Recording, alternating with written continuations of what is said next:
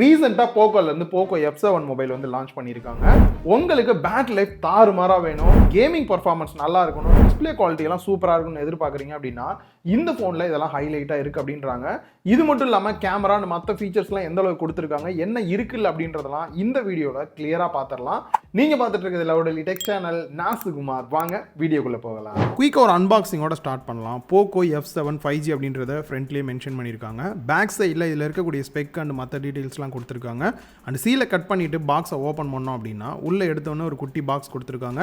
அதில் sim ejector tool, user manual and ஒரு case வந்து கொடுத்துருக்காங்க. கேஸோட குவாலிட்டி வைஸ் நல்லாவே தான் இருக்குது. அண்ட் நெக்ஸ்ட் மொபைல் மேலே இருக்கக்கூடிய இந்த ஒரு கவரை ரிமூவ் பண்ணிவிட்டு பேக் சைடில் இருக்கக்கூடிய இந்த ஒரு ஸ்டிக்கரையுமே ரிமூவ் பண்ணிடலாம். மொபைலில் டர்ன் ஆன் பண்ணிவிட்டு கேஸ் போட்டு பார்த்தேன், நல்லாவே தான் இருந்தது. அண்ட் 90 வாட் சப்போர்ட் பண்ணக்கூடிய ஃபாஸ்ட் சார்ஜிங் அடாப்டர் ஒன்று கொடுத்துருக்காங்க. சார்ஜ் பண்ணியும் டெஸ்ட் பண்ணி பார்த்துடலாம் லைவாகவே. அண்ட் டைப் சி கேபிள் ஒன்று பாக்ஸ்லேயே வருது. ஃபர்ஸ்ட் டிசைன் அண்ட் டியூரபிலிட்டி அப்படின்னு பார்க்கும்போது இதில் IP68 அண்ட் 69 வந்து கொடுத்துருக்காங்க. ஸோ 68 டெஸ்ட் பண்ணிடலான்னு சொல்லிட்டு இந்த மாதிரி டேரெக்டாக தண்ணிக்குள்ளேயே போட்டு டெஸ்ட் பண்ணிட்டேன். இது வரைக்கும் ஃபோனுக்கு எந்த ப்ராப்ளமும் வரல. IP69 பார்த்தீங்க அப்படின்னா இந்த மாதிரி ஃபோர்ஸாக தண்ணி அடித்தாலும் கூட ஃபோனுக்கு எந்த ப்ராப்ளமும் வரக்கூடாது, தண்ணி உள்ளே போகக்கூடாது. அதனாலேயே இந்த மாதிரி அடிச்சும் பார்த்துட்டேன். அதுவும் குறிப்பாக அந்த போர்ட் இருக்கக்கூடிய ஏரியாலெல்லாம் கூட அடிச்சு பார்த்துமே இது வரைக்கும் எந்த ஒரு ப்ராப்ளமே வரல. ஃபோன் நல்லா தான் இருக்குது. ஸோ டியூரபிலிட்டியை பொறுத்த வரைக்கும் கீழே போட்டாலும் எந்த அளவுக்கு சேஃப் அப்படின்றது சொல்ல முடியாது, ஏன்னா மிலிட்ரி கிரேட் எதுவுமே கொடுக்கல. பட் தண்ணியில் போட்டிங்க அப்படின்னா எடுத்து தொடச்சிட்டு தாராளமாக யூஸ் பண்ணலாம். பட் எப்பயும் சொல்கிற மாதிரி தான் வாரண்டியில் இது கவர் ஆகாது, பார்த்துக்கோங்க. நெக்ஸ்ட் டிசைனுக்கு வந்தோம் அப்படின்னா எனக்கு ஹைலைட்டாக தோணுது சைடு ஃப்ரேம். பார்த்தீங்க அப்படின்னா இந்த பட்ஜெட்டுக்கு மெட்டலில் வந்து கொடுத்துருக்காங்க. ஸோ அதனால் டியூரபிலிட்டி பெட்டராக இருக்கும். அண்ட் பேக் சைட் பார்த்தீங்க அப்படின்னா கிளாஸ் பாடி வந்து கொடுத்துருக்காங்க. கொஞ்சம் ப்ரீமியமாக எதிர்பார்க்குறவங்களுக்கு பெட்டராக இருக்கும். அதுலேயுமே வந்துட்டு கொரில்லா கிளாஸ் 7 வந்து கொடுத்துருக்காங்க. ஸோ ஸ்க்ராட்சுமே அவ்வளோ குயிக்காக ஆகாது. பார்க்க டிசைன் எப்படி தான் இருக்குன்னு கேட்குறவங்களுக்கு நம்ம கையில் இருக்கிறது சில்வர் கலர் இருக்குது. இதுலேயே ஒயிட்டு பிளாக் கலர் தனித்தனியாக லான்ச் பண்ணியிருக்காங்க. பட் பார்க்குறதுக்கு கிளாஸி ஃபினிஷில் வந்து கொடுத்துருக்காங்க. ஃபிங்கர்ஸ்லாம் வச்சோம் அப்படின்னா ஸ்மெட்ஜஸ்லாம் வந்து பட தான் செய்யுது. அண்ட் அது மட்டும் இல்லாமல் எனக்கு டிசைன் அந்த அளவுக்கு வந்து இம்ப்ரெஸ்ஸாக இல்லை. பட் இருந்தாலும் இந்த கேமரா பம்ப் இருக்கக்கூடிய ஏரியா வந்துட்டு டிசைன் கொஞ்சம் டிஃப்ரெண்ட்டாக கொடுத்தது. அந்த ஒரு ஏரியா வந்து எனக்கு பிடிச்சிருக்கிற மாதிரி இருக்கு. அண்ட் இதை தவிர முக்கியமாக இந்த ஃபோனை வந்து சிங்கிள் ஹேண்டில் யூஸ் பண்ணலாம் எந்த அளவுக்கு இருக்குது அப்படின்னு பார்க்கும்போது வெயிட் 222 கிராம் கொடுத்துருக்காங்க. கொஞ்சம் வெயிட்டாக இருக்கிற ஃபீல் தான் கண்டிப்பாக இருக்கும். திக்னஸ் பார்த்தீங்கன்னா 7.98 mm வரை கொடுத்துருக்காங்க. பட் இங்கே ஹைலைட் என்ன அப்படின்னா பேட்டரி கெப்பாசிட்டி தான் வேற லெவலில் கொடுத்துருக்காங்க. அதை பற்றி பேட்டரியில் டீட்டெயிலாக வந்து பேசலாம். செக்யூரிட்டி அன்லாக்கை பொறுத்த வரைக்கும் இன்டிஸ்பிளே ஃபிங்கர் பிரிண்ட் ஸ்கேனர் கொடுத்துருக்காங்க. யூஸ் பண்ண நல்லாவே ஃபாஸ்ட்டாக இருக்குது. ஃபேஸ் அன்லாக் கூட ட்ரை பண்ணி பார்த்தேன், ஓரளவுக்கு லோ லைட்டாக இருந்தாலும் குயிக்காகவே அன்லாக் ஆகுது. பாட்டமில் டியூவல் சிம் ஸ்லாட் கொடுத்துருக்காங்க. 15 5G பேண்ட் சப்போர்ட்டோடையுமே வருது. நெக்ஸ்ட் மைக்கு, டைப் சி போர்ட் அண்ட் ஸ்பீக்கர்கள் கொடுத்துருக்காங்க. ஸ்பீக்கரை பொறுத்த வரைக்கும் டாப்ல இருக்கக்கூடிய இயர் பீஸுமே ஸ்பீக்கராக தான் ஒர்க் ஆகுது. ஸோ ஸ்டீரியோ ஸ்பீக்கர், கேட்கறதுக்கு சவுண்ட் எஃபெக்ட் நல்லாவே இருக்கு. டாப்ல நாய்ஸ் கேன்சலேஷன் மைக் கொடுத்துருக்காங்க. And IR plaster camera pump வரக்கூடிய ஏரியாவில் பிளேஸ் பண்ணியிருக்காங்க. நெக்ஸ்ட் டிஸ்பிளேக்கு வந்தோம் அப்படின்னா இந்த ஃபோனோட ஒரு ஹைலைட்டான ஃபீச்சர்னே சொல்லுவேன். Reason 6.83 inch 1.5K flat display தான் AMOLED டிஸ்பிளே யூஸ் பண்ணியிருக்காங்க. அதுவும் 12 பிட் டிஸ்பிளே 120 Hz ரிஃப்ரெஷ் ரேட்டோட வருது. ஆட்டோ செட் பண்ணீங்க அப்படின்னா 60, 90, 120 Hz வந்து சேஞ்ச் பண்ணிக்க முடியுது. யூஸ் பண்றதுக்குமே நல்ல ஒரு ஸ்மூத்தா இருக்கிற ஃபீல் கொடுத்தது. பெசல்ஸ்மே நல்ல மினிமம் பெசல்ஸா கொடுத்துருக்காங்க 4 பக்கமே. அதனால ஃபுல்லா டிஸ்பிளே இருக்கிறதுக்கான ஃபீல் நல்லா கிடைக்குது. HDR10+ சப்போர்ட்டும் கொடுத்துருக்காங்க. டால்பி விஷன் சப்போர்ட்டுமே வந்து கொடுத்துருக்காங்க. PWM டிம்மிங்கை பொறுத்த வரைக்கும் 3840 Hz கொடுத்துருக்காங்க. ஸோ லோ லைட்ல அதிகமாக ஃபோன் யூஸ் பண்றவங்களுக்கு கண்டிப்பா இது நல்ல சப்போர்ட்டா இருக்கும். ஸ்கிரீனோட ப்ரொடெக்ஷன் அப்படின்னு பார்க்கும்போது கொரில்லா கிளாஸ் 7 இதுலயுமே யூஸ் பண்ணிருக்காங்க. ஸோ ஸ்கிராச்சஸ் வந்து பெருசா விழுகாம இருக்கும். அண்ட் பீக் பிரைட்னஸ் அப்படின்னு பார்க்கும்போது 3200 nits வந்து கொடுத்துருக்காங்க. இன்டோர் அவுட்டோர் நம்ம டைரக்ட் சன்லைட்ல போயிட்டு கூட யூஸ் பண்ணாலுமே டிஸ்பிளே பிரைட்னஸ் பெட்டராகவே இருக்கு. இதனால அவுட்டோர்ல கூட டிஸ்பிளேயோட விசிபிலிட்டியுமே பெட்டரா இருக்கு. ஓவரால் டிஸ்பிளேயோட குவாலிட்டி அப்படின்னு பார்க்கும்போது வீடியோ பார்க்கவும் சரி, கேம் பிளே பண்ணவும் ஒரு பெஸ்டான டிஸ்பிளேவா தான் இருக்கு. நெக்ஸ்ட் இந்த போன்ல இவங்க ஹைலைட்டா சொல்றது இதோட ப்ராசஸர் தான். எந்த அளவுக்கு இருக்குன்றத லைவா டெஸ்ட் பண்ணி ஹீட்டிங் இஷ்யூ எந்த அளவுக்கு இருக்குன்றதையும் பார்க்கலாம். ப்ராசஸர் Snapdragon 8s Gen 4 வந்து யூஸ் பண்ணிருக்காங்க. இந்த பட்ஜெட்டுக்கு ரியலாவே இது ஒரு நல்ல ப்ராசஸர் தான். இந்த போனுக்கு எப்படி இருக்குன்றத பார்க்கலாம். கூலிங் சிஸ்டமே வேப்பர் சேம்பர் கூலிங் சிஸ்டம் கொடுத்துருக்கனால தெர்மல் மேனேஜ்மெண்ட்டுமே பெட்டரா இருக்கணும். அன்டு பெஞ்ச் மார்க்கை பொறுத்த வரைக்கும் பிராண்ட் சைட்ல இருந்து 2 மில்லியன் பிளஸ் கிடைக்கும்னு சொல்லியிருந்தாங்க. நானும் ஒரு சில ரிவ்யூலாம் பார்க்கும்போது அதிகமாக தான் சொல்லியிருந்தாங்க. நான் லைவா டெஸ்ட் பண்ண வரைக்கும் 1.8 மில்லியன் வந்திருந்தது. அப்புறம் 1.9 மில்லியன் கூட வந்திருந்தது. அதுக்கு மேல வந்து ரீச் ஆகல. கீக் பெஞ்ச் மார்க்கை பொறுத்த வரைக்கும் சிங்கிள் கோர் வந்துட்டு 2027 கிடைச்சிருந்தது. மல்டி கோரை பொறுத்த வரைக்கும் 6000 அபோவ் வந்திருக்கு. அண்ட் CPU த்ராட்லிங் வந்து 89% கிடைச்சிருந்தது.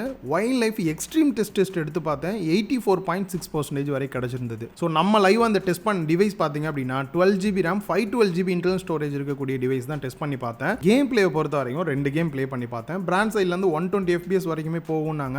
ஆக்சுவலாக கால் ஆஃப் டியூட்டியில் பார்த்தீங்க அப்படின்னா 120 FPS வந்து கிடைக்குது. அதுவே நீங்கள் BGMI பிளே பண்ணுறீங்க அப்படின்னா 90 FPS தான் கிடைக்குது. மேபி அப்டேட்டில் வந்து கொடுக்கறதுக்கான வாய்ப்பு இருக்குது. பட் கேம் பிளே எந்த அளவுக்கு இருந்துச்சுன்னு பார்க்கும்போது ஃபஸ்ட்டு இந்த தெர்மல் மேனேஜ்மெண்ட்டை வந்து சொல்லிடுறேன். எனக்கு தெரிஞ்ச வரைக்கும் கொஞ்சம் வார்ம் ஆகிற ஃபீல் வந்து இருக்க தான் செய்யுது. நார்மல் யூஸ் பண்ணும்போதெல்லாம் பெருசாக தெரியல. பட் இந்த கேம் பிளே பண்ணும்போது இந்த பெஞ்ச் மார்க்லாம் எடுக்கும்போது கொஞ்சம் அதிகமாகவே வார்ம் ஆகிற மாதிரியான ஃபீல் இருக்குது. பட் ஹீட்டிங் இஷ்யூ இருக்கிற மாதிரியான ப்ராப்ளம்லாம் பெருசாக இல்லை. குறிப்பாக நம்ம கேம் பிளேலாம் பண்ணுறோம் அப்படின்னாலும் கூட எங்கேயுமே லேக் ஆகலை. கேம் வந்து ஸ்மூத்தாகவே இருக்குது. ஸ்டார்ட் டு எண்ட் வரைக்கும் நம்ம ப்ளே பண்ணிட்டு இருக்கும்போது கேம் பிளேக்காக தான் ப்ரோ டார்கெட்டடாக வாங்க போகிறேன்னு நினைக்கிறவங்களுக்கும் இந்த ஒரு ஃபோனை ஆப்ஷனாக நீங்கள் எடுத்துக்கலாம். நெக்ஸ்ட் இந்த ஃபோனில் இன்னொரு பெட்டரான விஷயம் பேட்டரி கெப்பாசிட்டி 7550 mAh கொடுத்துருக்காங்க. இது ஃபோனா இல்லை பவர் பேங்க்ன்ற ஒரு ஃபீல் கண்டிப்பாக வரதான் செய்யும். அதுக்காகவே பார்த்தீங்க அப்படின்னா 22.5 வாட்ஸ் இருக்கக்கூடிய ரிவர்ஸ் சார்ஜிங்குமே கொடுத்துருக்காங்க. இதனால் இந்த ஃபோனை யூஸ் பண்ணி மற்ற ஃபோனை சார்ஜ் பண்ணிங்க அப்படின்னாலுமே அந்த ஃபோனுமே குயிக்காக சார்ஜ் ஆயிரும். And 90 watts fast charging support பண்ணக்கூடிய அடாப்டருமே கொடுத்துருக்காங்க. இந்த 90 வாட்ஸ் யூஸ் பண்ணி எவ்வளோ குயிக்காக சார்ஜ் ஆகுது அப்படின்றத லைவாகவே டெஸ்ட் பண்ணி பார்த்துருக்கோம். 0 to 10% சார்ஜ் ஆகிறதுக்கு 7 நிமிஷமும், 0 to 25% சார்ஜ் ஆக 20 நிமிஷமும், 50% சார்ஜ் ஆகிறதுக்கு 43 நிமிஷமும், 75% சார்ஜ் ஆக 66 நிமிஷம் டைம் எடுத்துக்குது. 0 to 100% சார்ஜ் ஆகிறதுக்கு 90 மினிட்ஸ் டைம் எடுத்துக்குது. அதுவும் இந்த அளவுக்கு பேட்டரி கெப்பாசிட்டி இவ்வளோ குயிக்காக சார்ஜ் ஆகுறது நல்ல விஷயம் தான். அண்ட் அதே மாதிரி பேட்டரி லைஃப் அப்படின்னு பார்க்கும்போது கூட நீங்கள் நார்மல் யூஸ்லாம் பண்ணுறீங்க அப்படின்னா 2 நாளைக்கு மேலேயே வந்துடுது. கொஞ்சம் ஹெவியாக யூஸ் பண்ணாலும் கூட 2 நாளைக்கான பேட்டரி லைஃப் தாராளமாகவே கிடைக்குது.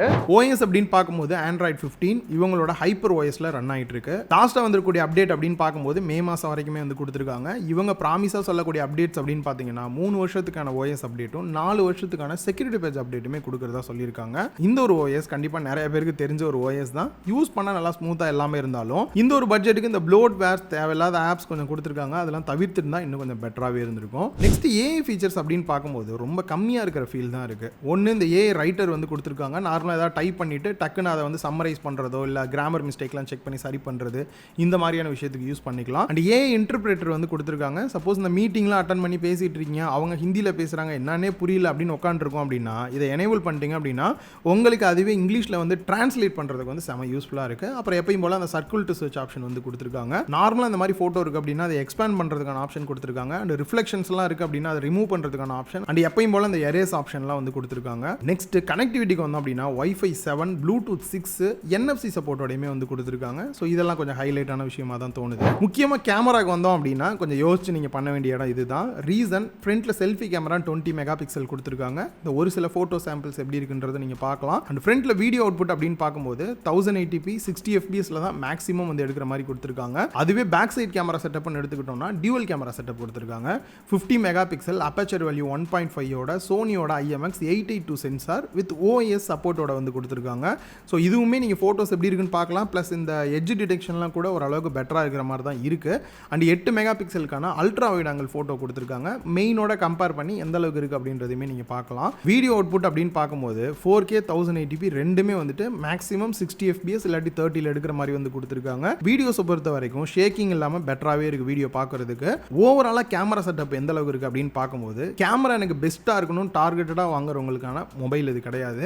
பட் நீங்கள் டெய்லி யூஸ்க்கு அப்பப்போ எப்படினா கேமரா யூஸ் பண்ணுவேன் நினைக்கிறவங்களுக்கு இது ஓவராலாக பெட்டராகவே இருக்கும். ஓவராலாக எல்லா ஃபோனை பற்றி பார்த்துருப்பீங்க. ஃபைனலாக இந்த ஃபோனில் என்னாலாம் நல்லா இல்லை, நல்லா இருந்துச்சு, இந்த ப்ரைஸுக்கு இது ஒர்த்தா, யார் வாங்கலான்றதை பார்த்துடலாம். ஃபர்ஸ்ட் விஷயம் எனக்கு இதில் சுத்தமாக பிடிக்காது. இந்த டிசைன் இன்னும் கொஞ்சம் பெட்டராக வந்து கொடுத்துருந்துருக்கலாம். ரெண்டாவது கேமரா இன்னும் கொஞ்சம் அப்கிரேடாக கொடுத்துருந்தா நல்லா இருந்திருக்கும். இந்த ப்ரைஸுக்கெல்லாம் கொஞ்சம் ப்ளோட் வேர்ஸை கம்மி பண்ணியிருந்தாலுமே நல்லா இருக்கும். அப்புறம் அந்த கேம் பிளேலாம் பண்ணும்போது லைட்டாக அந்த வார்ம் ஆகக்கூடிய ஃபீல் கொடுக்குது. அதை இன்னும் கொஞ்சம் பெட்டராக ஆப்டிமைஸ் பண்ணாலுமே நல்லா இருந்திருக்கும். இது தவிர இந்த ஃபோனில் எனக்கு ரொம்ப பிடிச்சிருக்க விஷயம் ஃபர்ஸ்ட் விஷயம் இதோட பர்ஃபார்மன்ஸ் தான். ரியலாகவே லேக் ஃப்ரீயாக நல்லாவே இருக்குது. கேம் பிளே பண்ணுறவங்களுக்கு சூட்டபிளாக இருக்கும். டிஸ்பிளேயோட குவாலிட்டி வைஸ்மே பார்த்தீங்க அப்படின்னா ஒரு பெஸ்ட்டான டிஸ்பிளே தான் கொடுத்துருக்காங்க. மூணாவது பேட்டரி கெப்பாசிட்டி தாறுமாறாக இருக்குது. எனக்கு பேட்டரி லைஃப் தான் முக்கியம் நினைக்கிறவங்களுக்குமே இந்த ஃபோன் சூட்டபிளாக இருக்கும். அண்ட் டிசைன் வைஸ் எனக்கு தான் வந்து அந்த அளவுக்கு பிடிக்கல. பட் இருந்தாலும் பில்டு குவாலிட்டி வைஸ் பார்க்கும்போது சைடு ஃப்ரேம் வந்து மெட்டலில் கொடுத்துருக்காங்க அண்ட் கிளாஸ் பாடி யூஸ் பண்ணியிருக்காங்க. குறிப்பாக IP68 69லாம் கொடுத்துருக்கிறது கூட இந்த ஃபோனுக்கு நல்ல ஒரு ப்ளஸ்ஸாக தான் நான் வந்து பார்க்குறேன். ஓவராலாக உங்களுக்கு இது செட் ஆகுமா செட் ஆகாதான்னு தெரிஞ்சிருக்கும். இப்போ ப்ரைஸுக்கு வந்தோம் அப்படின்னா 12GB RAM 256GB internal ஸ்டோரேஜோட 32,000 price பண்ணியிருக்காங்க. எனக்கு தெரிஞ்சு இந்த ஒரு பிரைஸுக்கு இந்த ஒரு ஃபோன் ரீசனபிளா இருக்கிற மாதிரி தான் இருக்கு. நீங்க என்ன நினைக்கிறீங்க? உங்களோட கருத்துக்களையும் கீழே கமெண்ட் பாக்ஸ்ல மறக்காம கமெண்ட் பண்ணுங்க. இந்த வீடியோ உங்களுக்கு யூஸ்ஃபுல்லாகவும் கிளியரா புரிஞ்சிருக்கும் அப்படின்னு நினைக்கிறேன். இந்த வீடியோ பிடிச்சிருந்தா லைக் பண்ணுங்க, உங்க ஃப்ரெண்ட்ஸ் கூட ஷேர் பண்ணுங்க. மறக்காம லவுடலி டெக் சேனலுக்கு உங்களோட சப்போர்ட்டை கொடுங்க.